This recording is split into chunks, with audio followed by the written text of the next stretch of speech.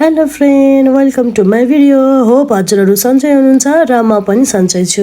आज चाहिँ म आफ्नै करेसाबारीमा भिडियो अन गर्दैछु र मैले देखाउँदैछु। यो चाहिँ चिचिन्नो हो, हामीले रोपेको थियो र अहिले चाहिँ फलेर यति ठुलो भइसकेको छ। मम्मीले चाहिँ आज चाहिँ मासुसँग मिक्स गरेर चिचिन्नो पकाऊ, मिठो हुन्छ भन्नुभयो। अनि मैले चाहिँ यहाँ टिप्दैछु। साथीहरू हेर्न सक्नुहुन्छ कति हरियाली छ।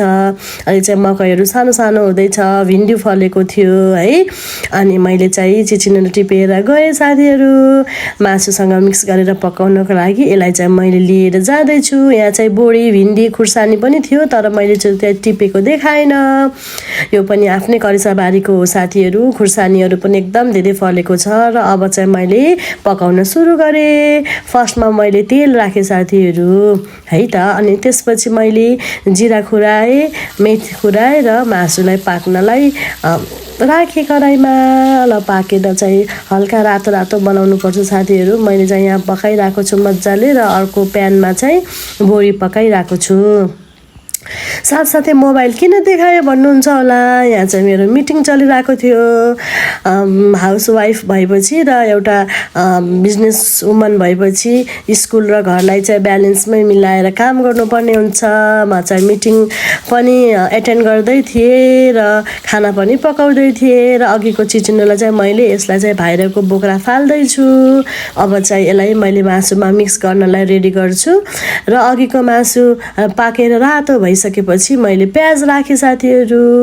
प्याजलाई पनि मजाले पाक्नलाई छोडिदिन्छु र अर्को प्यानमा चाहिँ मैले अघिको चिचिन्नालाई चाहिँ पानीमा बोइल गर्छु, ताकि अघि मासुमा हाल्नलाई अलि मिठो हुन्छ भनेर।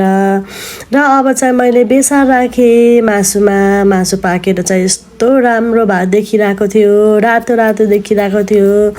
अब चाहिँ मैले टमाटर पनि राखेँ।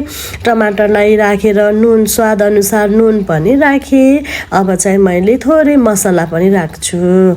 यी सबै चिजहरू राखेर मैले चाहिँ अब यसलाई मजाले मिक्स गरेँ साथीहरू। मसलाहरू सबै ठाउँतिर लागोस् भनेर मैले मिक्स गरेँ र यसलाई पाक्नलाई छोडिदिएँ ढाकेर।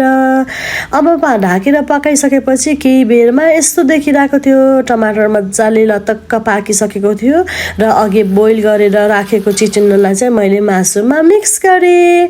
अनि यसलाई चाहिँ फेरि मैले मिक्स गरेँ है त साथीहरू। यसलाई चाहिँ मजाले चलाइदिएँ मैले चाहिँ। हजुरहरूले कसरी पकाउनुहुन्छ, मैले चाहिँ यसरी पकाउँछु। ल फाइनली रेडी भयो साथीहरू खानलाई।